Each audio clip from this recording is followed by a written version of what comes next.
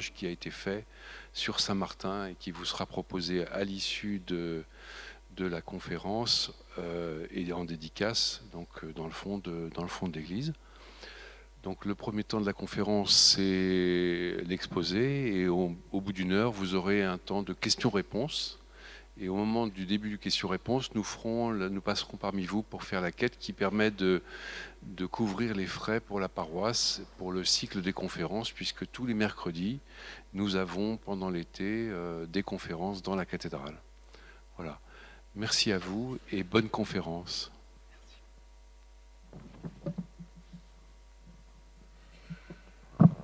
Merci beaucoup, monsieur. Bonsoir, mesdames et messieurs. Et merci beaucoup d'accueillir cette conférence, d'accueillir surtout Saint-Martin, puisque je posais la question tout à l'heure, il n'y a pas de représentation de Saint-Martin dans cette cathédrale. J'allais dire, il n'y en a pas encore, mais on va voir. Quelques mots pour commencer sur cette image, puisque déjà elle nous en dit beaucoup. L'objet de mon propos sera de non pas dire toute la biographie, puisqu'on a beaucoup d'éléments, mais surtout d'aider à comprendre pourquoi aujourd'hui il y a tellement de lieux, tellement de personnes, tellement de dévotion aussi attachée à Saint-Martin. Donc c'est une histoire longue dans le temps, mais on a juste une heure pour le voir, ça va être assez synthétique. Alors d'abord j'ai pris le nom Martin de Tours, parce que c'est un nom consacré, on ajoute le lieu de la ville. J'ai hésité à mettre Martin de Poitiers, parce que quand il est venu ici, et où il a parachevé sa formation auprès de Saint-Hilaire, c'est bien à Poitiers qu'il est venu. Saint-Hilaire était déjà connu dans toute l'Empire romain comme étant un théologien, comme étant théologien de la Trinité, et il était venu pour comprendre, Martin, ce qui en était dit. J'ai hésité aussi à mettre Martin de Ligugé, parce que juste à côté de Poitiers, il y a le petit village de Ligugé, auquel est attaché le nom de Martin, puisqu'il a aussi contribué à fonder un monastère, le premier monastère masculin de l'Empire romain d'Occident, parce que dans l'Orient, il y en avait déjà. L'iconographie que j'ai prise nous indique déjà, et vous l'avez tous en tête, l'image que l'on a de Martin. Alors elle est ancienne, hein, cette fresque, mais il y a Martin qui tranche avec son épée. Là, c'est ce qui est écrit, la chlamyde. La chlamyde, c'était le vêtement romain du soldat. Plus tard, on va changer, on va dire c'est la capa, la cape, puisqu'on sait que les capes, c'est une seule pièce de tissu, et c'est le moment où on avait une interprétation christique de Martin, non seulement par celui qui l'a secouru, mais aussi lui-même. Il était revêtu d'une cape. Et cette cape, c'est resté dans notre vocabulaire, non seulement pour le vêtement, mais aussi pour les lieux. Capa, la chapelle. La chapelle, c'est le lieu où l'on avait peut-être des reliques de Saint-Martin et le souvenir de Saint-Martin. Déjà, ça nous donne un signe très fort, puisque dans ce vocabulaire, nous voyons un paysage, chacun des lieux qu'il connaît, avec des chapelles, avec des lieux et des représentations de Martin. Et on connaît donc cette image du pauvre qui est secouru, non pas parce qu'il n'a pas d'argent, par de la nourriture, mais par la moitié de son manteau. Et cette formule de Sulpice Sévère est vraiment très forte aussi pour indiquer, c'est ce que nous allons décliner petit à petit dans ce propos, les différentes facettes, les différents visages de Martin. Soldat par force, même si par la suite on dira soldat de Dieu, puisqu'il a gardé cette mission très forte d'agir, mais pour la religion et non plus pour l'empereur. Évêque par devoir, on verra très rapidement qu'en fait il ne voulait pas, et les Tourangeaux l'ont obligé à le suivre pour devenir évêque. Moine aussi, et j'expliquerai, vous l'avez vu, confesseur, c'est-à-dire confesseur de la foi, quelqu'un qui dit sa foi et qui est un modèle par ses actes, et puis martyr, apôtre. IVe siècle aussi, IVe siècle. Alors, bien entendu, beaucoup m'ont déjà entendu dire que l'histoire, c'est pas que les dates, mais c'est un siècle qui est vraiment un tournant. C'est pas seulement un homme, mais c'est aussi une civilisation qui bascule et dont il est l'image. Il est l'image parce que il y a un moment avec une société, la société romaine, et cette société est en train de se fissurer.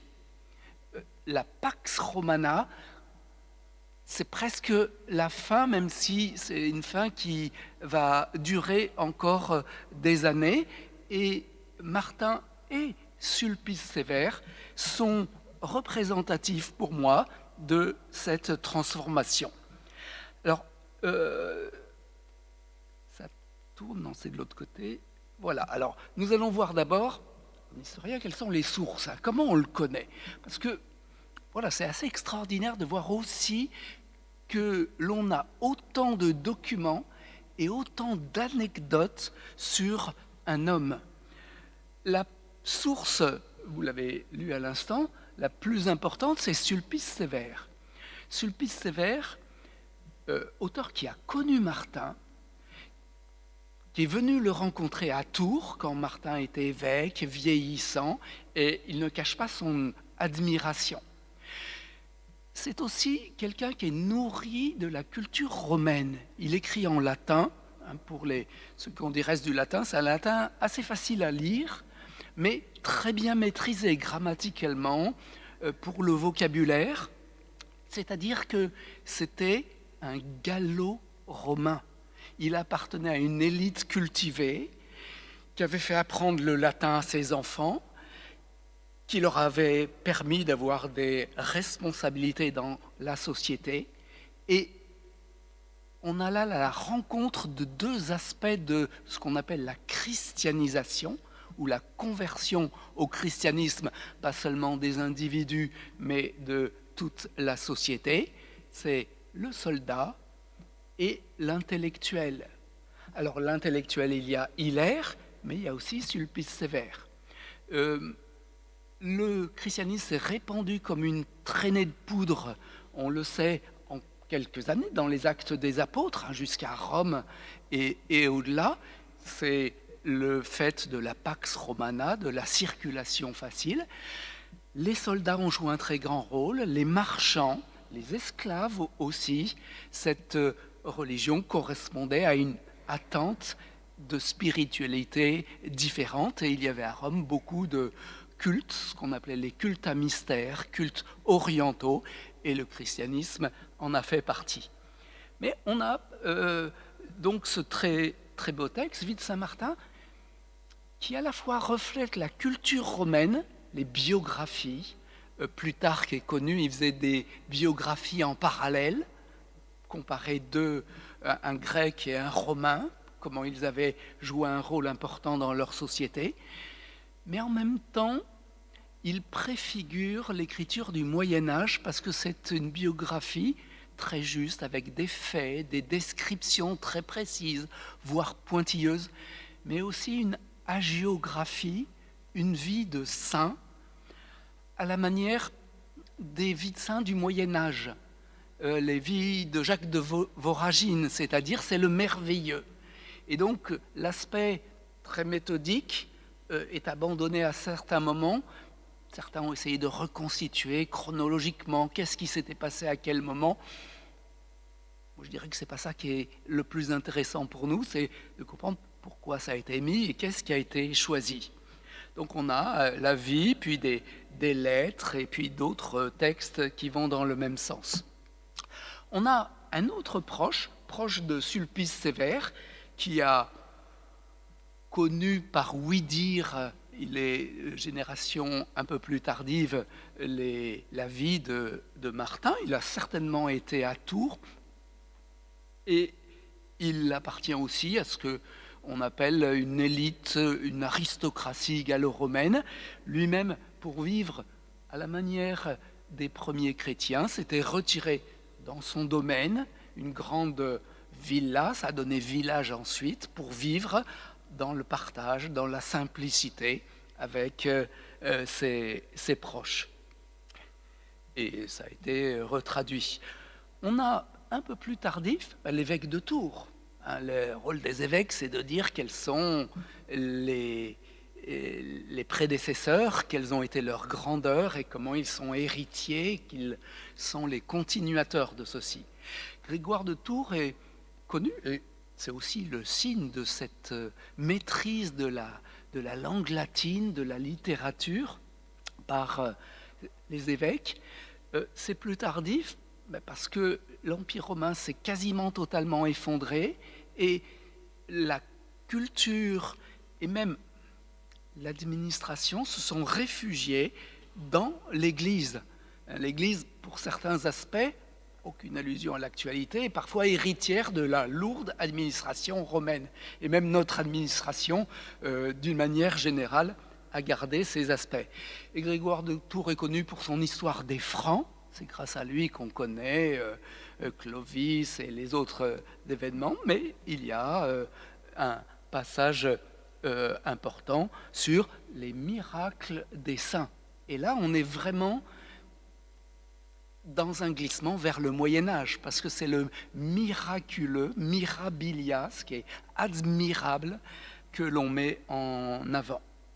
Alors, ce qui appartient vraiment à la démarche de l'histoire, c'est qu'il ne cache pas le fait que ça n'était pas une prédestination, c'est vraiment une conversion, un changement total de l'homme. Parce que Martin est né dans l'actuelle Hongrie, en Pannonie, Szombathely, très à l'est de l'Europe. Et vous vous rendez compte comment aujourd'hui on se dit c'est loin, ça ne nous concerne pas, ce qui se passe si loin, pas au jour le jour, surtout quand il y a des bruits de guerre et de drones qui nous frappent. On se dit c'est un soldat qui est venu plusieurs fois parce que l'armée romaine avait connu une mutation dans son organisation. Elle a des petites unités qui sont très mobiles.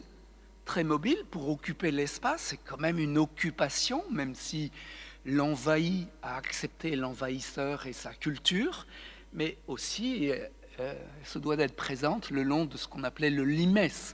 Limes, la limite, la frontière. Parce que là aussi, l'actualité nous montre, les frontières sont rarement totalement imperméables. Donc il a été né quand son père, soldat, était en garnison. Ensuite, il a passé son enfance à Pavie, en Italie, ce qui explique aussi qu'il a été nourri de la culture latine et qu'il connaît bien tout le fonctionnement. Et très jeune, il est devenu catéchumène. Donc là aussi, c'est un signe de cette diffusion du christianisme. Un enfant est touché. Son père, en bon soldat romain, ne veut pas en entendre parler parce que c'était incompatible avec le métier des armes. Et lui-même jouera un rôle dans la conversion et le baptême de sa propre mère. Il entre dans les armes. On dit que ça n'existe plus aujourd'hui, mais mon fils, voilà ce que tu feras le même métier que ton père. Le service militaire, c'était 25 ans à l'époque, donc service des armes. Donc il entre et va avoir une vie de soldat. On n'a pas beaucoup de détails, si ce n'est un rayonnement et sans doute un charisme, parce qu'il y a certaines des anecdotes qui sont rapportées plus tard par Sulpice Sévère, qui se sont probablement aussi passées pendant son temps de vie de soldat. Et notamment ce fameux épisode du partage du manteau. Donc voilà, de Pavie, il avait sillonné la Gaule et était à Amiens. Et on dit qu'en sortant près de la porte de sortie d'Amiens, un malheureux implore sa charité. Et image très précoce. Je vous avoue que quand moi j'ai commencé à faire la recherche, j'étais persuadé que c'était une image fabriquée soit au XVIe siècle, au moment où on a beaucoup développé l'iconographie comme type de catéchisme frappant. Mais non, on le trouve dans des manuscrits du XVIe siècle, dans des fresques anciennes, cette image du partage du manteau. Par rapport à celle de tout à l'heure, vous voyez qu'on a rajouté un cavalier, parce que on dira c'est un soldat, mais c'est aussi un chevalier au service du Christ et de la foi. C'est une image qui s'est superposée au Moyen-Âge à l'image qui était déjà présente, et c'est celle qui s'est imposée encore aujourd'hui, puisqu'il y a beaucoup de bronze et de représentations où c'est un cavalier. Le texte d'origine ne le dit absolument pas. Mais c'est un autre petit signe de la transformation de l'image en fonction de la société. Les représentations nous disent autant sur ceux qui les portent que sur l'objet qu'ils observent, et même plus sur ceux qui les portent. Donc on a de très nombreuses représentations et je n'ai pas voulu en choisir davantage. Et dans le récit de Sulpice Sefer, et ce qui s'est diffusé, il y a cette image de la configuration au Christ et aussi cette image de l'apparition. C'est un songe auditif, mais le Christ lui apparaît en songe en disant « c'est à moi que tu as fait don de ce vêtement ». Là, il y a une interprétation au Moyen-Âge que je trouve un petit peu faussée, pas totalement, mais un petit peu quand même, parce que ça veut dire que celui qui a le beau rôle, c'est le chevalier, et il doit faire la charité, parce que l'autre doit être semblable au Christ et le Christ lui-même. Mais il y a aussi une invitation, il y a des interprétations qui ont bien insisté sur ça, à ce que lui ressemble au Christ. Ce n'est pas seulement parce que l'autre ressemble au Christ, mais une invitation à se convertir, à se changer lui aussi totalement. Et d'ailleurs, le baptême à Amiens a probablement suivi de très près cet épisode. Soldats, mais soldats qui, très jeunes, se tournent vers le Christ, jeune enfant, et qui est imprégné de cette recommandation de ressembler au Christ jusqu'au jour où il va abandonner le métier des armes. Alors je n'en ai pas pris, mais il y a l'iconographie qui le montre, abandonner les armes, parce que quand on devenait soldat et qu'on le restait, on avait prêté un serment de fidélité à l'empereur. L'empereur était considéré comme un demi-dieu, au sens fort, puisqu'on rendait un culte. Il y avait un temple de l'empereur dans toutes les villes romaines ou gallo-romaines, pour ce qui nous occupe aujourd'hui. Le mot serment, ça vient de sacramentum, ce qui est sacré. Et rupture très nette, alors que la culture romaine acceptait tous les dieux avec largesse. À Rome, il y avait le culte de Mitra, le culte de Cybèle, le culte de l'empereur, le culte d'Hercule, le culte de Mars, que sais-je encore. Bien, les chrétiens n'acceptent pas. Il y a un seul vrai Dieu, et sinon on est parjure. Alors ce qui, parfois, à certains moments, a été reproché au christianisme, et encore aujourd'hui, c'est cette dimension d'exclusivité. Si je crois vraiment, je dois essayer d'ouvrir les yeux aux autres. Eh bien, Martin, du coup, a choisi d'abandonner le métier des armes, et il est venu à Poitiers rencontrer Hilaire. Là aussi, c'est une petite image, cette représentation, puisque c'est à l'image de beaucoup de sculptures ou de tableaux qui représentent le baptême du Christ, puisque c'est des fonds baptismaux qui ont la forme d'un calice, et à Notre-Dame-la-Grande à Poitiers, il y a cette image du baptême.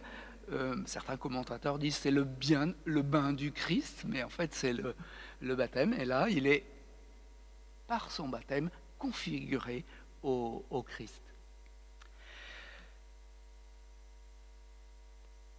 Il est convaincu par Hilaire. Les grands évêques ont joué un très grand rôle. On sait pour Augustin à Milan, qui a rencontré Ambroise, eh bien, il est devenu... Alors j'ai mis les deux mots, ermite, moine. Trop souvent on dit seulement moine. Mais ben, en fait, une fois qu'il a été convaincu par Hilaire, il y a des pérégrinations, puisque c'est le moment où il y a une discorde théologique pour savoir s'il y a vraiment 3 personnes en un Dieu, ou si c'est 3 dieux, ou si c'est un Dieu et puis les autres simplement des auxiliaires. Bon, on ne va pas rentrer dans le débat théologique un peu compliqué ce soir, mais toujours est-il que Martin était imprégné et du coup, il avait sans doute une très grande force de méditation, de réflexion, et il s'est retiré de la ville pour aller dans un lieu qui était un peu connu, puisqu'il y avait beaucoup de sources, 7 sources, si bien que c'était le culte du dieu Lug, et le nom est resté sous forme de Ligugé. Il s'est retiré, monos, tout seul. Il voulait vivre à la manière des ermites. On avait déjà des vies des ermites, de Saint-Antoine et d'autres. En Orient, il n'y en avait pas en Occident.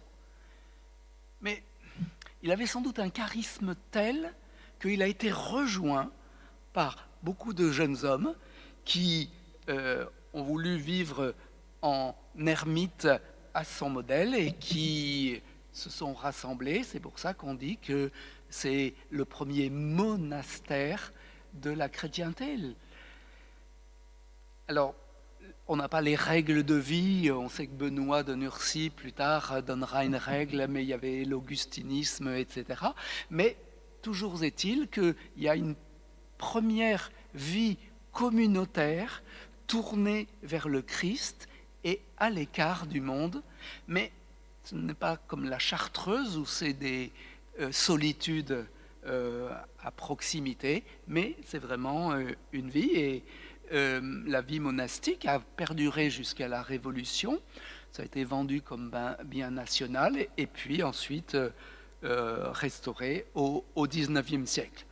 C'est pour ça que j'ai mis les 2 termes à côté, parce que on oublie trop souvent que monastère, ça vient du fait d'être tout seul. Certes, on a envie communautaire, mais on est aussi seul dans sa méditation et dans sa prière. Les 2 aspects sont liés. Quand on relie avec cette idée les vies des grands saints, on se rend compte que c'est justement une tension que chacun a eue, vie active, vie contemplative. On connaît l'image de Marthe et Marie. C'est un petit peu ça également, et ça va poursuivre Martin pendant toute sa vie.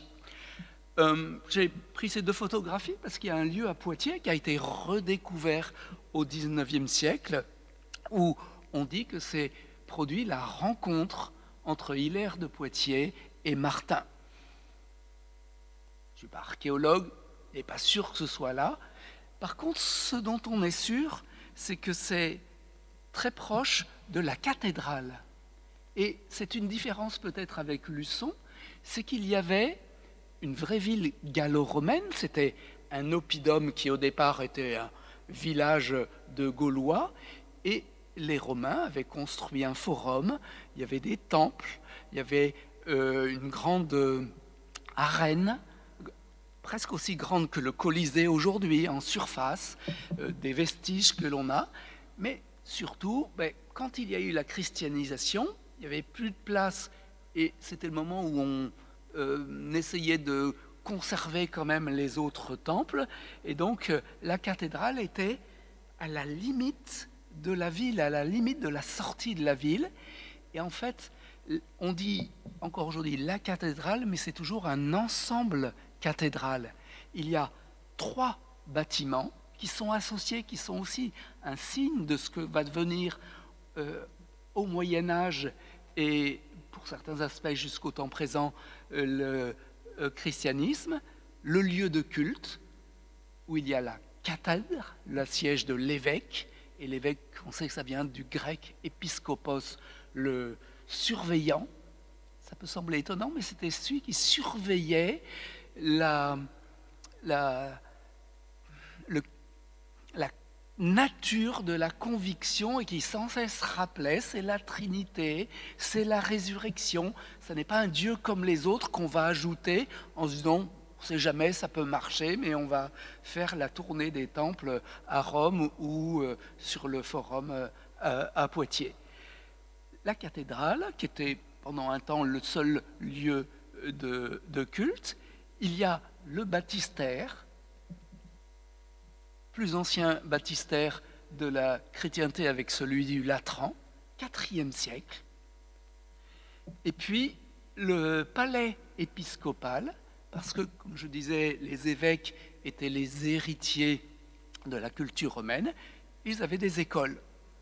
La religion chrétienne, contrairement à ce qu'a dit un anticléricalisme très virulent au XIXe siècle, n'était pas la religion de l'ignorance, la religion de la superstition, de la méconnaissance. Au contraire, c'était aussi la religion de la culture et de la transmission de la culture.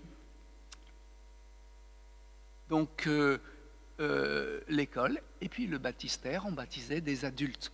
On avait un peu perdu sa trace, il était enserré dans des maisons, il y avait des pans de murs qui avaient été réutilisés.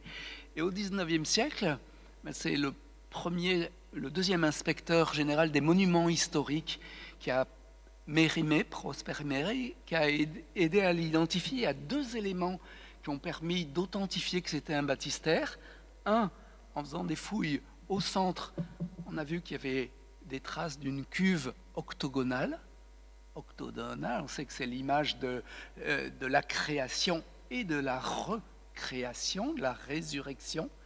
Et puis, il y avait des poteries, puisque c'est dans la descente, poteries qui témoignaient qu'il y avait de l'eau qui était amenée depuis l'aqueduc. Il fallait que ça soit de l'eau courante. Parce qu'on sait bien, à notre époque, c'est très fort, hein, l'été quand il fait chaud, que quand il y a de l'eau croupissante, ça devient verdâtre, etc. Et on dit, c'est pas ça qui va régénérer ceux qui vont être baptisés.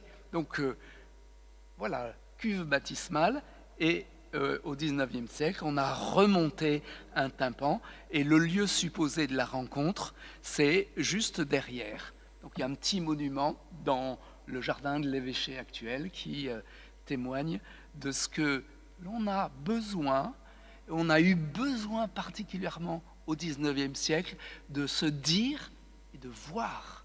Le côté matériel est très important dans cette transmission. Dans les péripéties, comme Hilaire a été exilé puisqu'il y a eu les discordes théologiques, et à un moment on a dit que c'était l'arianisme, c'est-à-dire la croyance en un seul Dieu, mais Dieu unique, pas Dieu trine, qui l'emportait. Donc il a été exilé. Martin est parti en Illyrie, mais en chemin, il y a toute une foule d'anecdotes que nous rapporte Sulpice Sévère.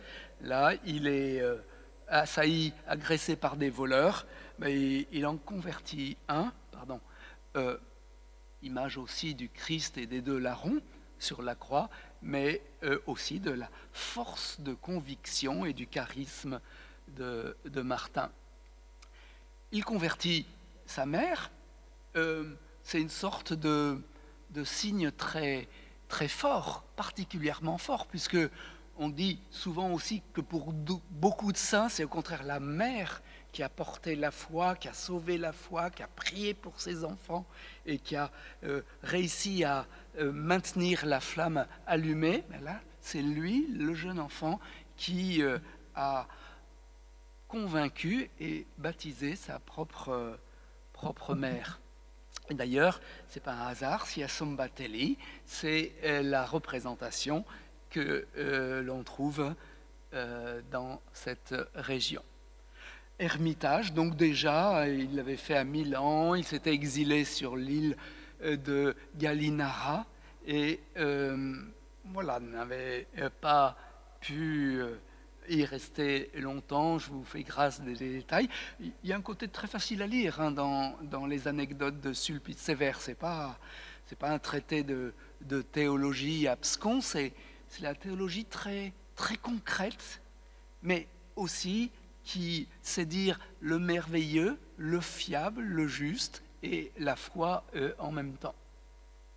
Et puis le monastère de Ligugé, je le disais, puisqu'il y a une des chapelles qui a été construite au XIXe siècle, qui a été un lieu de pèlerinage très intense. C'est moins le cas maintenant, c'est un peu dommage, mais qu'on appelle la chapelle du catéchumène. Chapelle du catéchumène parce que un des miracles importants, on va voir quels sont les miracles de la vie de Martin, ça a été la résurrection d'un catéchumène. Et puis voilà, il y a des vitraux. Si l'on admire, et là on est vraiment dans la dimension de l'hagiographie, le merveilleux, mais qui s'appuie sur du vrai. Je dis ceci parce qu'on a une sorte de mixte entre la précision historique dans la description, dans les détails, mais d'un autre côté, la volonté de signifier que la foi de Martin et la foi de ceux qui l'écoutaient sont le signe de la véracité, de l'authenticité de la religion. Donc dans la fameuse chapelle du catéchumène, alors le récit est un peu étonnant parce que, surprenant, le catéchumène, ce qui désole Martin, c'est qu'on n'ait pas eu le temps de le baptiser. Donc il n'ait pas accès à la vie éternelle. Il n'y a pas ce qu'on appelle parfois pour les enfants morts-nés le baptême d'intention. C'est les théologiens qui rajouteront plus tard. Et du coup, il fait sortir tout le monde en disant « laissez-moi seul avec lui ». Et le gisant est là, il s'allonge dessus, il mêle son souffle comme s'il transmettait lui-même un souffle de vie, donc l'image de l'esprit. Et puis au bout d'un certain temps, qui a dû apparaître extrêmement long à tous ceux qui attendaient dehors, il ressort, là aussi allusion à la résurrection de Lazare, c'est bien celui qui était mort qui revient à la vie, et toujours cette image christique que Martin, qui veut dire que Martin reçoit ses pouvoirs du Christ lui-même. Il a été nommé exorciste, donc après ses pérégrinations, exil, Milan, Gallinara, il revient et l'évêque le nomme exorciste.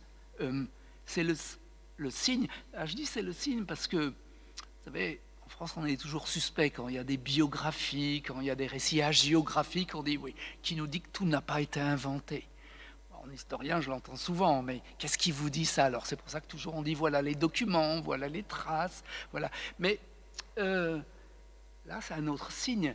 Lui demander d'aider à chasser le mal, à délivrer ceux qui sont dans la souffrance. Pouvoir confier par un évêque, il y a toujours des exorcistes. C'est vraiment une authenticité de cette mission qui va perdurer tout le temps, c'est de chasser le mal sous toutes ses formes.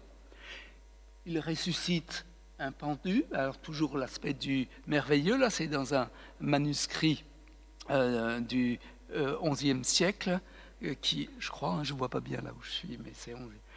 Voilà, il y a toutes sortes de moines, les moines copistes, qui prenaient leur crayon, comme notre dessinateur que vous verrez tout à l'heure, et qui croquaient des petites représentations imagées de ce qui s'était probablement passé.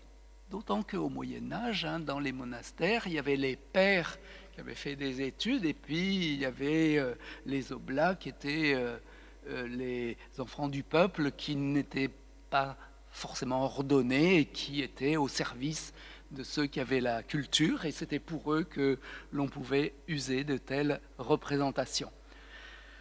Alors, oui, je l'ai choisi parmi d'autres, Paulin de Nole, donc vous avez vu tout à l'heure qu'il avait écrit aussi sur Martin, mais parce que guérison des yeux est un des actes de dévotion très fort qui est rapporté par des dizaines d'exemples, c'est que les maladies des yeux, qui étaient des maladies très méconnues et pratiquement jamais soignées au Moyen-Âge, c'était les maladies des yeux.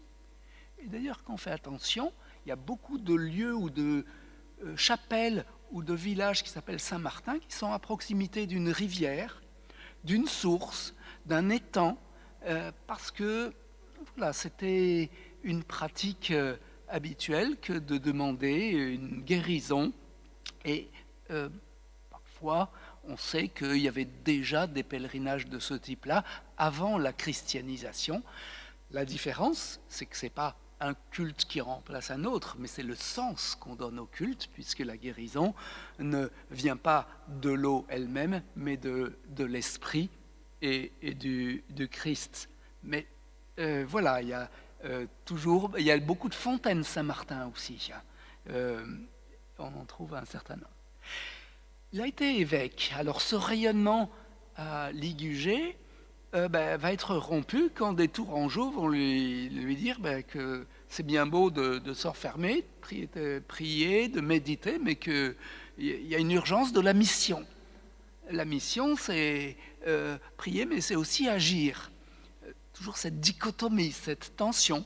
Et bon, voilà, il y a un subterfuge qui est utilisé pour le convaincre de venir, et il va finir par accepter en 370, donc il va rester presque 3 décennies évêque de Tours, et le vitrail de Saint-Gatien le représente, puisqu'il y a toujours cette intronisation par les autres évêques, cette idée de transmission qui est si forte dans le christianisme. Ça n'est pas quelqu'un qui soit sponté de lui-même, va créer une nouvelle religion, comme certains prédicateurs le font parfois, mais c'est bien cette transmission, cette foi qui a été rassemblée. Saint Martin a été aussi un très grand prosélyte. Prosélyte, alors le terme, on sait, dans notre vocabulaire, est un peu ambigu, parce qu'on dit le prosélyte, c'est quelqu'un qui manipule, qui cherche à capter, qui est intéressé par l'argent. Voilà, c'est une méfiance, mais il y a beaucoup de récits de petits miracles ou de grands miracles, et là notamment, c'est le miracle dit du pain. Pas P-A-I-N, mais P-I-N, parce que dans un village, il veut abattre un arbre parce qu'on avait des cultes aux arbres, surtout les chênes pluricentenaires, vénérés, etc. Selon les cas, au Moyen-Âge, on cherchait à christianiser ce culte. Martin dit, puisque vous continuez, je vous avais prévenu, on va l'abattre. Et ils disent non, pas question, on va t'attacher et tu verras bien que c'est pas ton Dieu qui va te sauver, mais c'est le Dieu de l'arbre, la divinité de l'arbre qui va te punir d'avoir mis à mal cet arbre. Eh bien, l'arbre, au dernier moment, tombe de l'autre côté. Donc, ça est donné par le récit comme étant un des signes particulièrement forts de ce qu'il faut abandonner le culte de la nature, si belle soit-elle, puisqu'elle a été créée par Dieu, et se tourner vers le vrai Dieu. Je reviens à... Oui, je l'ai mal déplacé. Oui, j'avais voulu dire que comme évêque, il a toujours voulu à la fois être en tournée pastorale pour convaincre qu'il fallait abandonner ce paganisme et se tourner vers le christianisme, mais il a aussi voulu être à la fois évêque et moine. C'est peu commun.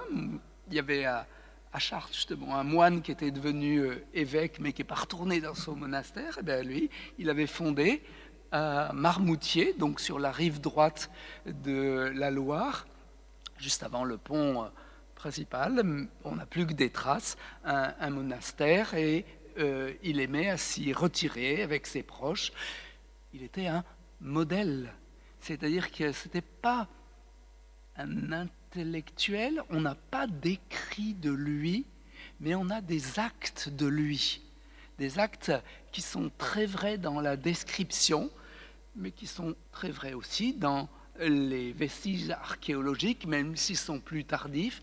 Il y a une vénération continue de cet évêque bâtisseur. Il y a même une petite église, le nom m'échappe, mais dans le Poitou, où en faisant des fouilles, on a vu qu'il y avait les bases de colonnes romaines. Donc c'était sans doute un temple romain, et on a gardé sur la même place les fondations pour une église. Donc on a quelques exemples, et parfois ça a été interprété comme un destructeur plus que comme un bâtisseur. C'est en partie ce qui explique qu'il y ait tant de lieux qui sont attachés à Saint-Martin. Ce qu'il explique aussi, c'est que Martin est mort quand il était évêque, il est mort à Cande, donc sur la rive gauche de la Loire, un peu en contrebas. Il y a eu une petite discorde avec les Poitevins, puisque les Poitevins ont dit « il est à nous », et ils sont venus pour prendre la dépouille et l'inhumer à Ligugé ou à Poitiers, en tout cas dans le lieu qui avait connu le début de sa vie apostolique intense. Mais, dit le récit, donc là on a la dépouille, nuitamment, les Tourangeaux sont venus, les perfides, ils l'ont sorti par la fenêtre de l'église, par le vitrail, et après l'ont porté en procession et honoré à Tours. Alors je le signale parce que c'est un autre élément. La discorde est abandonnée, on plaisante toujours avec ça quand je rencontre mes amis de Tours. Même si, j'ai dit Martin de Ligugé, c'est aussi une des raisons de l'importance du nom Martin dans notre société, du rayonnement, du modèle. Pour un côté beaucoup plus prosaïque, c'est qu'on a institué une confrérie pour garder le tombeau du saint. Parce qu'on s'est dit, les gens du Poitou, ils vont revenir et vouloir se venger. Mais on est dans cette société du Moyen-Âge qui admirait tellement les miracles que beaucoup de lieux de culte s'étaient plus ou moins spontanément établis sur les tombes des évêques, sur les tombes des ermites, sur les tombes des curés. Et d'ailleurs, souvent, les premiers lieux de christianisme étaient établis dans les cimetières anciens. C'est le cas d'un ami très proche de Martin, c'est Hilaire. Parce qu'il y avait un petit bourg en dehors de Poitiers, qu'on appelle le bourg Saint-Hilaire au Moyen-Âge, mais en fait, les cimetières étaient le long des routes qui menaient dans les villes. On voit ça à la Via Appia à Rome.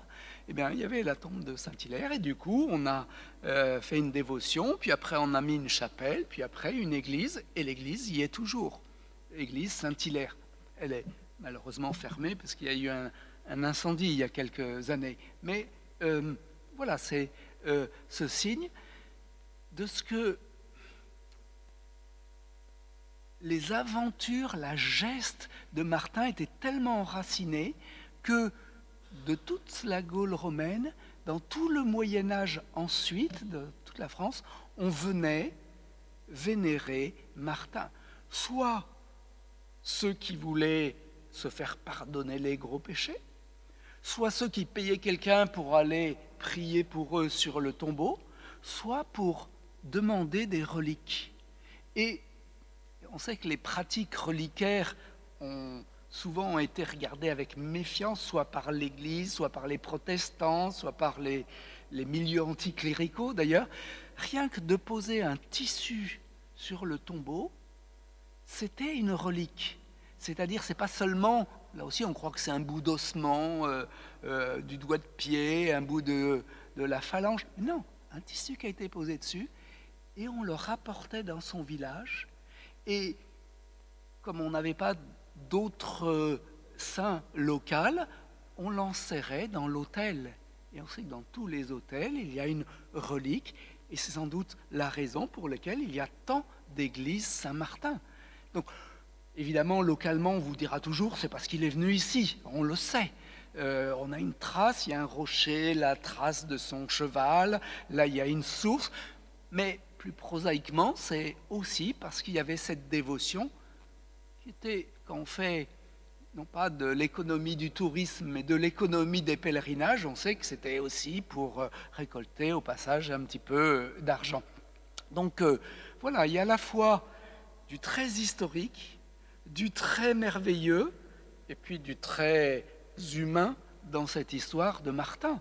Et tous ces éléments-là mêlés nous ont conduit jusqu'à aujourd'hui, jusqu'à ce qu'il y ait une petite association à Poitiers qui se dise, tiens, pourquoi on ne ferait pas une autre représentation, un autre récit, un récit différent des autres de la vie de Saint-Martin. Donc je vais faire une toute petite pause pendant que je prépare. Vous pouvez préparer vos questions et je vous donnerai quelques images sur le livre qui va vous être présenté. Merci de votre attention.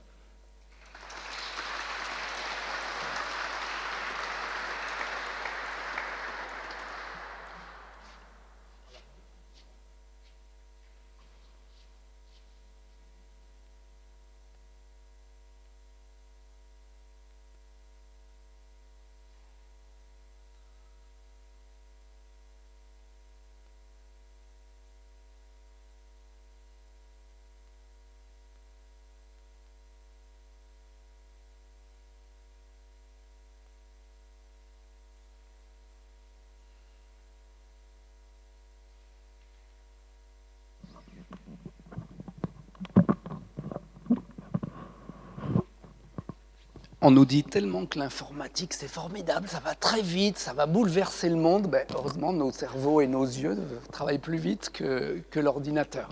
Si vous avez des questions, hein, le temps que ça se prépare, qui est ces petits éléments un peu sur une autre relique de papier, un autre souvenir de papier, n'hésitez pas, hein, surtout. Ah, il y a un micro, oui, aussi.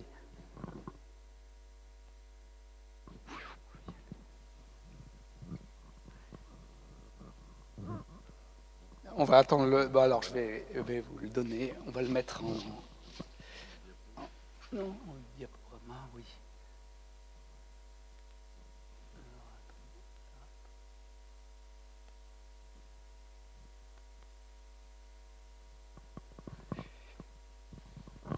Alors, très vite. Ah ben, c'était la... Il y a là une mauvaise date qui s'est maintenue. Alors, je ne vais pas vous embêter, mais juste dire... Alors, c'est une petite association qui est vouée à Poitiers. C'est un des précédents évêques qui avait demandé à des universitaires à la retraite de retrouver les textes des grands théologiens qui avaient connu Poitiers. C'est pour ça qu'elle s'appelle Gilbert de Laporée. Un peu moins célèbre que Martin tout de même. Mais voilà, cette association a publié un certain nombre de livres jusqu'au jour où tous ces universitaires ont voulu abandonner et on dit, voilà, il y en a un peu plus jeunes qui pourraient essayer de faire office de continuer. Et je ne sais pas s'ils sont bien tombés, mais j'ai dit, on va faire autre chose, on va le faire différent. Plutôt que de chercher des textes rares, des noms, personnes inconnues, on va prendre au contraire quelqu'un de très connu et essayer de le faire comprendre à ceux qui n'ont ni le temps ni l'envie de lire des livres en latin ou des livres de théologie un peu compliqués. Alors, bon, là, c'est l'ensemble des livres. Il y a la trésorière de l'association, c'est pour ça que je vous le montre, sinon elle va dire que je travaille mal. Donc, on peut les trouver en ligne. Ça a prix très modique parce que les auteurs ne sont pas du tout payés. Mais voilà, il y a Hilaire de Poitiers.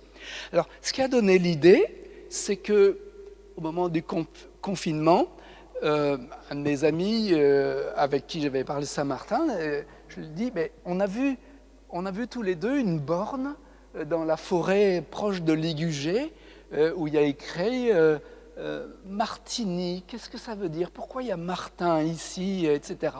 Et on s'est dit, on va aller faire le chemin. Et d'ailleurs, il est là aujourd'hui, donc je vais lui faire signe parce que ensemble, on a travaillé à ce livre. Donc, vous avez l'aquarelliste qui est là. Et vous verrez, alors c'est à la fois un livre d'art, un livre d'histoire, parce que j'ai pris des extraits de Sulpice Sévère ou bien de Venance Fortuna, mais c'est aussi un livre très actuel, parce qu'on a dit soldat, ermite, évêque, moine, et bien on a demandé à des personnes d'aujourd'hui de dire qu'est-ce que c'était pour eux d'être, tiens, je vais prendre le moins connu, être ermite. On a cette image mythique de Saint-Antoine dans le désert avec les scorpions, ou Saint-Jérôme dans sa grotte à Bethléem, etc. Mais il se trouve que j'ai une cousine qui est ermite, qui a fait de l'histoire aussi, et je lui dis, écoute, c'est l'occasion ou jamais, tu vas prendre un papier, un crayon, et tu vas nous dire qu'est-ce que c'est qu'être ermite aujourd'hui. Donc c'est de l'histoire, mais aussi c'est de l'actualité. Et donc, l'aquarelliste et moi-même, on s'est dit très modestement, on était après le confinement, voilà, on va prendre nos sacs à dos et on va aller jusqu'à Tours. Alors voilà, on était à la suite de... C'est lui qui fait ces jolis dessins, donc on s'est mis derrière Tours. Alors, les auteurs, je vous mettais, il y a des... là, j'ai mis en caractère gras, justement, les ecclésiastiques. Là, j'avais mis des universitaires. Bon, ça s'est mis un peu dans le désordre quand je l'ai transformé. Oui, bon, ça c'est complet. Peu importe. Alors, les étapes. On va d'abord expliquer... pourquoi il est admiré? Qu'est-ce qu'il a d'important? C'est un peu ce que je vous ai dit. Qui étaient ses biographes? Quelle était son intention du baptême, etc. On a... ça avance plus. Ça passe directement à la 5e. Bon, enfin, on a... plutôt que de faire un récit continu, on a mis le projecteur sur 5 moments. Là, la 5e, c'est le don. Ça, c'est quand on transporte d'un ordinateur à un autre, parfois. Mais c'est de ma faute. Non, ça avance pas bien. Bon. Voilà. Un exemple, il y a une petite chapelle dans la forêt, perdue, qu'on appelle le Pas de Saint-Martin. Pas très loin de Poitiers. Alors, on y a été... il y a un rocher. Il y a un rocher avec un trou dedans. Et voilà, Vincent m'a dit, oui, c'est parce que les gens venaient se gratter le pied quand ils avaient des ampoules.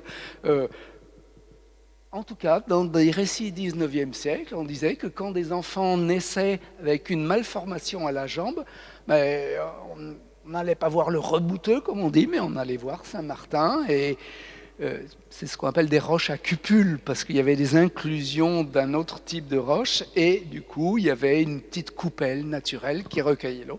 Et au XVIIIe siècle, on avait constitué cette chapelle. Donc on a vu un certain nombre d'églises. Fontaine Saint-Martin, c'est aussi un livre d'art, c'est surtout un livre d'art. Et puis, non, dis donc ça... Bon, alors, est-ce qu'il y en a un livre là? Il y en a un qui va me montrer. Alors, le titre, c'est uniquement Saint-Martin. Je veux dire pourquoi? Parce qu'on s'est posé la question, qu'est-ce qu'on va mettre? On va mettre un ermite, on va mettre la vie de Saint-Martin, ou une nouvelle biographie de Saint-Martin. On s'est mis dans l'équipe à discuter, etc. Puis il y avait toujours un qui disait, Oh non, ça me parle pas. Oh non, ça va faire fuir.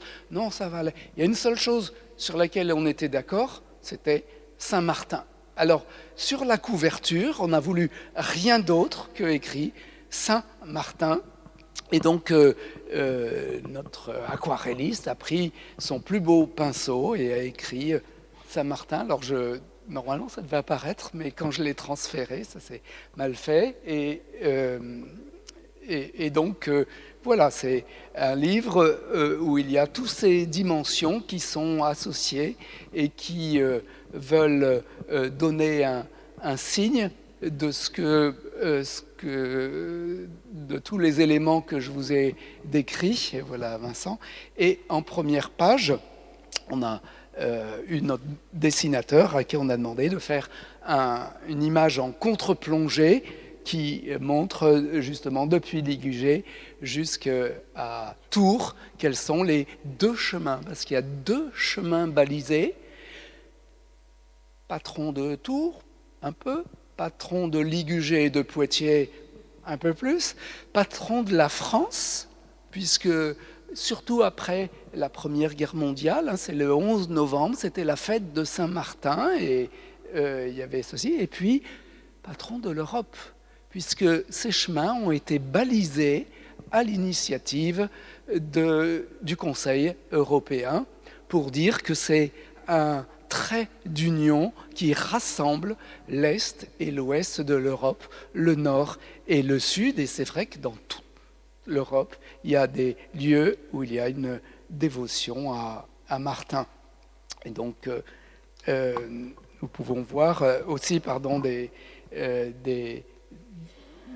tout un ensemble d'iconographies, de couleurs, ou plus ou moins colorées, qui donne signe. Donc si vous avez un filleul ou un petit-fils ou un grand frère qui s'appelle Martin, n'hésitez pas. Je suis ouvert à vos questions. Ce n'est pas du tout obligatoire, mais c'est vraiment parce que la trésorière est là aujourd'hui.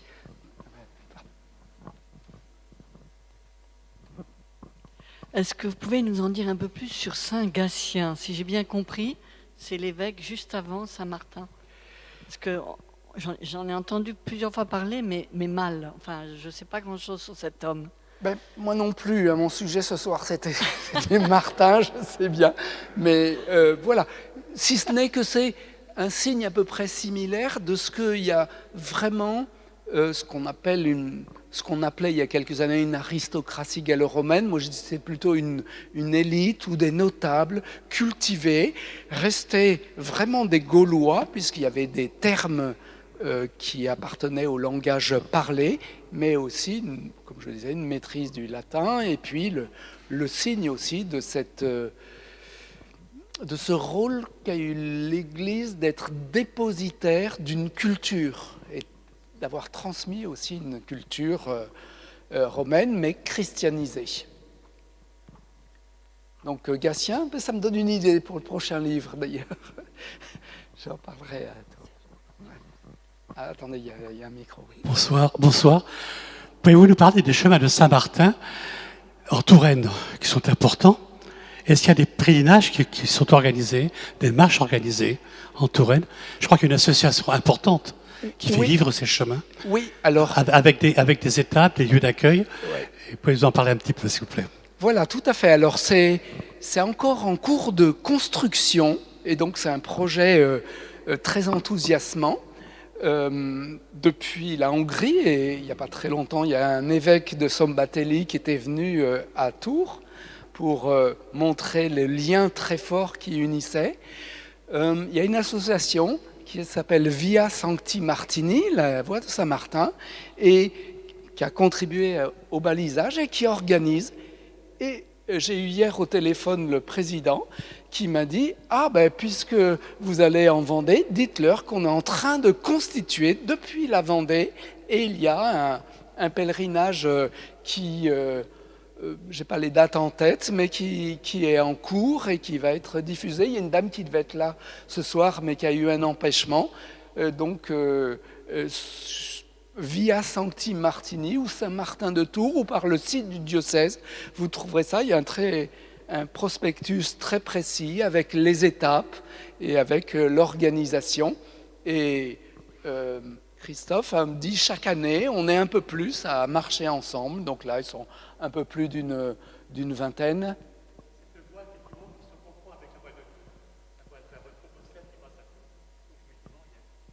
Voilà, ça s'entremêle et... Voilà. Alors, évidemment, ça a été un peu inspiré par Compostelle, le chemin de Saint-Jacques, mais c'est d'une nature différente. Parce que, comme je le disais tout à l'heure, on venait de partout à Tours. C'est-à-dire qu'il n'y a pas une voie, c'était des voies romaines, donc il n'y a pas eu de tracé bien particulier décrit, parce que c'était impossible. Il y avait des foules à l'arrivée, mais au contraire, des groupes venant d'un peu partout, ou des individus d'un peu partout, qui venaient à Tours. Et donc, voilà. Oui, sur la première image que vous avez présentée, il y avait le texte de Sulpice Sévère qui décrivait Saint-Martin en disant qu'il était martyr par ses souffrances. Est-ce qu'on a des témoignages? Est-ce qu'il a été violenté, martyrisé? Enfin, j'étais surpris de cette phrase de Sulpice Sévère. Alors, déjà, le mot martyr, je rappellerai que l'étymologie est grecque, martyros, c'est le témoin. Donc, ce n'est pas forcément la souffrance, et d'ailleurs, c'est pour ça qu'il rajoute martyr par les souffrances. Alors, on a plusieurs... les brigands qui l'assaillent, les soldats romains qui le fouettent. Voilà, sa vie n'est pas une vie toute rose. Il y a eu des épisodes. Alors, là aussi, on se dit, est-ce qu'il n'y a pas aussi une tentation de l'auteur de dire on peut être un saint sans forcément verser son sang? Et je crois que là aussi, c'est le signe d'un basculement, et l'Église a toujours dit on ne doit pas aspirer à la mort, on doit l'accepter, la mort pour sa foi si elle vient, mais moi j'ai beaucoup lu de textes sur ça au XIXe siècle, on disait non, vous n'y allez pas pour mourir, mais vous y allez pour, au contraire, rapporter la vie à tous ceux qui ne connaissent pas le Christ. Donc c'est pour ça que, sans doute, il y a une volonté de bien souligner ces moments un peu difficiles. Mais c'est vrai que c'est très loin d'autres récits de martyrs un peu horribles qu'on affectionne beaucoup aussi à notre époque. Il y a toujours ceci. Donc voilà, c'est à apprendre, mais on sait que sans doute il a été un peu molesté dans certains villages quand il voulait abattre un temple local, et on sait que même les maires de petits villages parfois ont aujourd'hui des difficultés quand on veut enlever une croix, quand on veut déplacer une statue. Voilà, il y a un attachement parfois qui est plus culturel que cultuel, mais en tout cas qui est un attachement de la personne. Donc voilà, des souffrances qui sont pas du tout à l'égal d'autres récits de saints et de souffrances.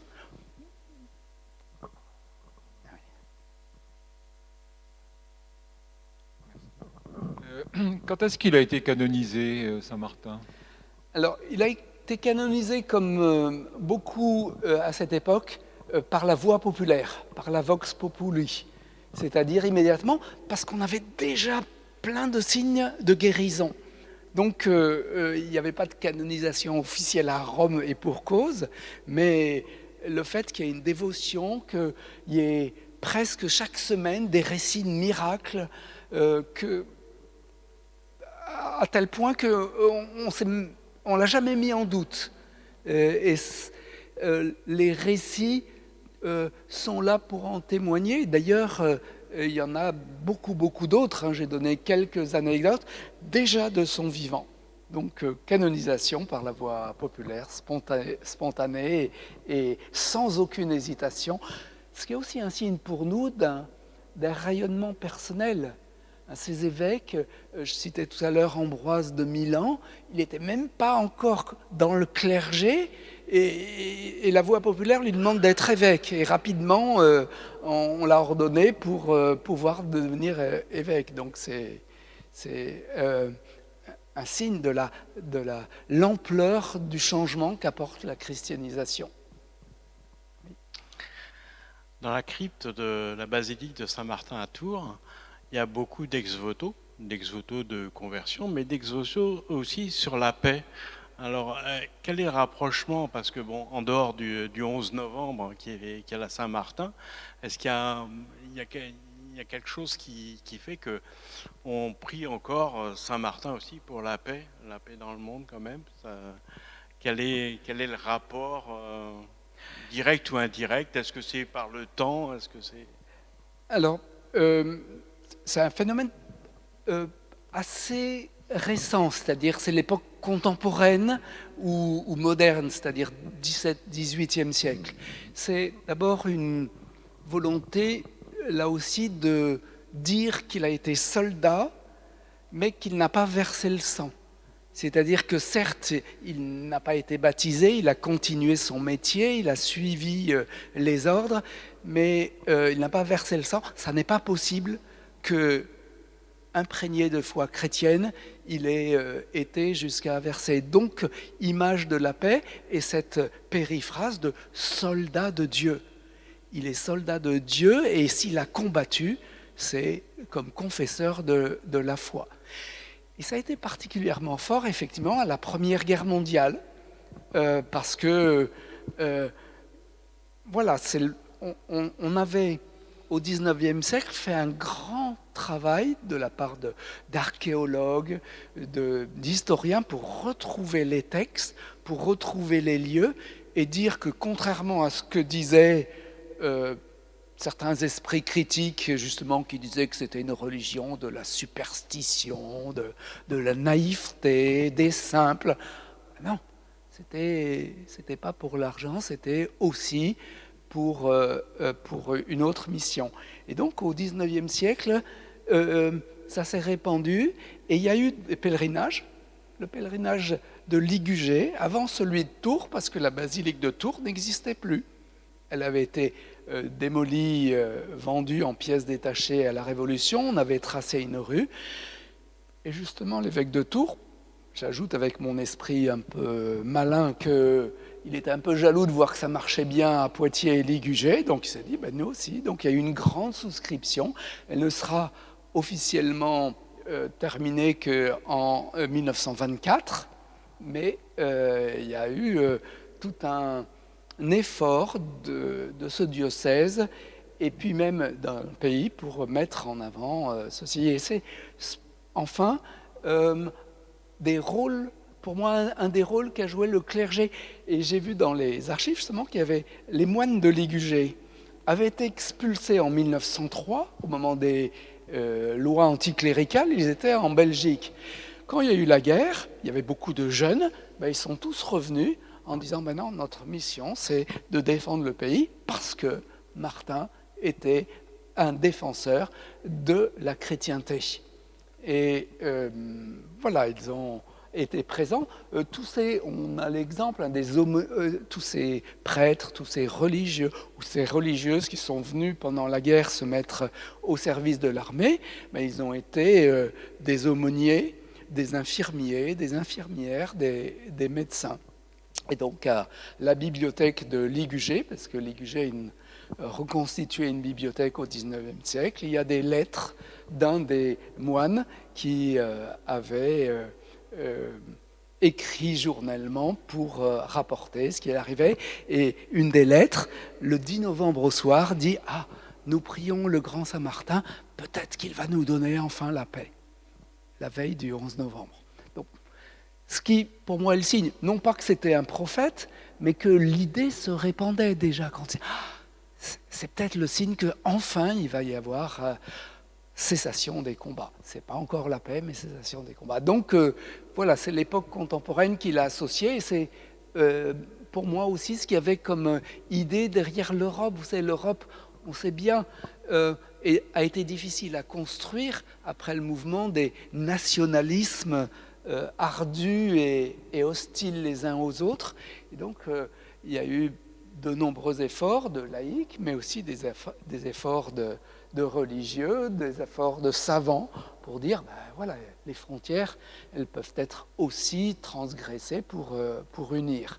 Donc, Martin a été très volontiers associé à ceci. Et je crois que le Conseil de l'Europe, lorsqu'il a été sollicité, n'a pas hésité, hein, qu'il s'est dit, ah bah oui, on va continuer, voyant que Compostelle est déjà un lieu qui unit tellement et qui, par les mouvements, rassemble l'ensemble des Européens. Bonsoir. Si vous aviez pu m'éclairer sur deux choses. D'abord, l'esprit monastique. Est-ce que Saint-Martin est le premier à être un moine qui sort pour évangéliser et que ça va éclairer tous ces moines qui viennent d'Angleterre, du Pays de Galles et qui vont traverser l'Europe, aussi bien pour l'Allemagne que pour le mouvement de Luxeuil qui va descendre? Et est-ce qu'il a inspiré à travers ces moines? Puis la seconde chose, vous avez parlé de la chlamyde qui est tranchée, qui devient la capa, où on trouve la capellina. Et en fait, est-ce que c'est pas justement à partir de Clovis qui traverse la Loire, Clotilde qui veut mourir au tombeau de Martin, une autre reine, je crois que c'est Sainte Mathilde, et qu'à partir de là, ils vont faire des chapelles avec les reliques de Saint-Martin, il devient protecteur des rois. On voit ça à Vincennes, dans le château que Saint-Louis a voulu, où il y a une chapelle qui est restée avec on disait qu'il y avait les reliques. Oui, alors c'est un aspect que je n'ai pas développé, c'est aussi lié à la dynastie, lié à la monarchie. Et Clovis, on sait, prie Dieu de Clovis, vient en aide, et il y avait une relique. Est-ce que c'était la chlamyde de Martin ou une qui avait été sur son tombeau? Je ne sais pas, on est quelques 2 siècles après, mais toujours est-il que la monarchie a toujours associé à la fois la chrétienté et la monarchie franque. C'est en devenant chrétienne qu'elle a contribué justement à faire la France. Et elle a associé Martin, il y a toujours eu une dévotion à Martin. Donc ça, c'est sur cet aspect-là important, effectivement, que je n'ai pas souligné. Et d'autre part, oui, il y a eu d'autres moines et d'autres monastères, parce que ce n'est pas seulement individuellement par le fait de sortir du monastère, mais c'est aussi par l'exemple et par le rôle, l'action, le rayonnement. Soit de manière très prosaïque, parce qu'il y avait ce qu'on appelait des bourgs monastiques. Les monastères attiraient des métiers à proximité. Il n'y avait pas seulement les moines, mais il y avait des cultivateurs, il y avait des artisans, il y avait des marchands qui vivaient par et pour le monastère. Et toujours, il y a eu le souci de dire que ce n'était pas justement purement marchand, que c'était vraiment par dévotion, par culte rendu au Christ et à cette religion qui motivait la détermination du monastère. Alors, là aussi, je sais bien, personne n'est dupe, qu'il y a toujours l'interprétation à moitié plein, à moitié vide du verre. On ne peut pas être dans les tréfonds de la pensée de chacun, mais tout de même, c'est un phénomène de société très, très fort qui est aussi le signe de cette diffusion d'une religion. Alors, je n'ai pas été dans les détails par rapport au culte à mystère, parce que pour moi, le combat, c'est non seulement contre certains cultes très particuliers, mais c'est aussi contre ce qui passe à l'intérieur de chacun des individus, cette lutte entre le bien et le mal. Ce n'est pas parce qu'il y en a un qui est tout blanc et l'autre tout noir.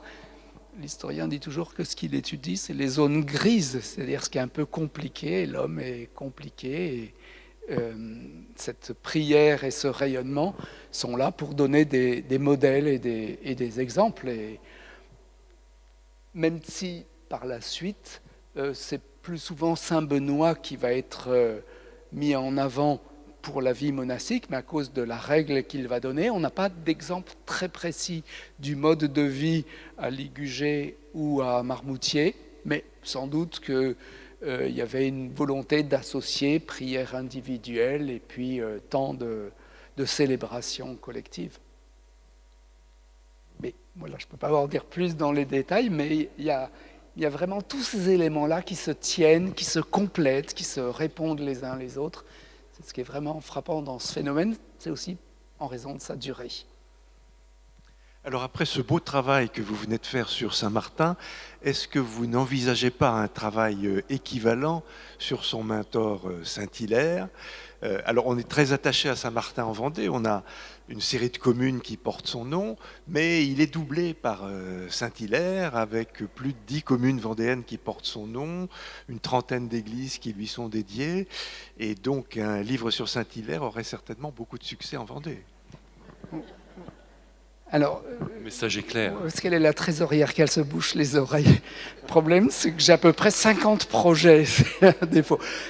Alors, Saint-Hilaire, on a un livre qui a été fait par des médiévistes de Poitiers, avec les textes essentiellement. Donc, c'est déjà un livre passionnant pour ceux qui veulent découvrir justement quelle a été l'argumentation vers la Trinité, parce que souvent elle est dite, mais est-ce qu'on s'arrête toujours pour se demander, au-delà des formes rituelles, du signe de croix ou de prière mécanique, qu'est-ce que ça veut dire vraiment? Donc il y a des très beaux textes de Hilaire. Il y a des vitraux où tous les deux sont associés. Donc un livre du même type sur Hilaire, moi je dis pas non, mais bon. J'en ai 2 ou 3 qui sont plus avancés en projet. Mais ces petites associations, elles ont du mal à vivre et à survivre. Donc c'est aussi pour ça qu'on est venu ce soir. Donc si ça vous a intéressé, n'hésitez pas après de relire les textes de Sulpice Sévère ou Venance Fortuna ou de l'ermite de la Chaise-Dieu si vous voulez en savoir un peu plus. Ou une conférence sur Saint-Hilaire. Ça, voilà. Sans problème, si vous voulez, oui. Le patronyme Martin, en France, est le plus usité. Est-ce qu'on peut le mettre en relation avec la dévotion à Saint-Martin? Absolument. Absolument. Et je fais remarquer d'ailleurs, même son nom, ça indique qu'il était soldat. Le dieu Mars, c'est le dieu de la guerre. Donc c'est aussi pour ça qu'il y avait eu besoin de dire, oui, mais... soldat de Dieu et non pas soldat qui voulait pourfendre les ennemis. Ça, on l'a dit notamment aux chevaliers qui partaient pour les croisades, parce que là aussi, il y a un légendaire sur les croisades. Ça pourrait être un autre sujet de conférence, mais il y aurait beaucoup de sujets de conférence. Mais oui, patronyme et prénom encore aujourd'hui, même si c'est plus fluctuant, mais le patronyme, tout ça, c'est un signe de cette ampleur de la culture martinienne. Dernière question. Allez, une toute dernière. Merci. C'est un peu annexe, mais je me jette à l'eau. Pourquoi les baptistères étaient-ils octogonaux? Alors, le 8, c'était le signe de la régénération. La première création, donc les récits de la Genèse, et puis après, il y avait une vie totalement différente. Donc le chiffre 8 était donné comme le symbole justement de ce qu'on entrait dans un nouveau monde, dans une nouvelle société, dans une nouvelle culture. Donc, la semaine, ça fait 7 jours, donc on commence autre chose, c'est le 8e jour. Donc, voilà. Mais voilà, on a quand même gardé comme nom des jours, mardi, jour de Mars, la Lune. Voilà, il y a des choses que la christianisation n'a pas transformées parce que les habitudes, parfois, on le sait bien, sont tellement fortes qu'on a du mal à les changer. Merci beaucoup de votre attention, votre patience. Merci beaucoup, monsieur. Merci. Et donc, on vous retrouve au fond de l'église pour la dédicace. Voilà. Comme à l'accoutumée, nous avons un temps spirituel à la fin de ces conférences. Vous nous avez suffisamment porté avec Saint-Martin pour nous montrer que le sens et tout est bien présent. Donc, Sœur Marie, Reine des Anges, Mère Marie, Reine des Anges, va nous accompagner ce soir pour un petit temps de prière. Donc je vous invite à vous lever. Merci. Bonsoir à tous. Alors je vous propose faire d'abord une petite prière à Saint-Martin, que j'ai trouvé, c'est juste de Tours. Et après chanter à la Sainte Vierge Marie, qui c'est la titulaire de notre cathédrale, et pour finir la soirée. Au nom du Père et du Fils et du Saint-Esprit. Saint Martin, toi qui as parcouru les routes d'Europe, toi qui as vécu à la suite de Jésus, un vrai disciple, toi qui as partagé ton manteau avec un pauvre, par amour du Christ, toi qui nous aides à reconnaître son visage en toute personne pour servir et aimer, toi qui as lutté contre le mal et qui as passé sur la terre en faisant le bien, intercède pour nous lors des temps difficiles, protège-nous lors des temps de détresse, donne-nous d'être persévérants et de garder la paix dans les épreuves. Sois notre protecteur et conduis-nous sur le chemin de la vie éternelle. Je vous salue, Marie, comble de grâce. Le Seigneur est avec vous. Vous êtes bénie entre toutes les femmes. Et Jésus, votre enfant, est béni. Sainte Marie, Mère de Dieu, priez pour nous, pauvres pécheurs, maintenant et à l'heure de la mort. Amen, Amen, Alléluia. Notre-Dame de l'Assomption, Saint Martin de Tours, au nom du Père et du Fils et du Saint-Esprit.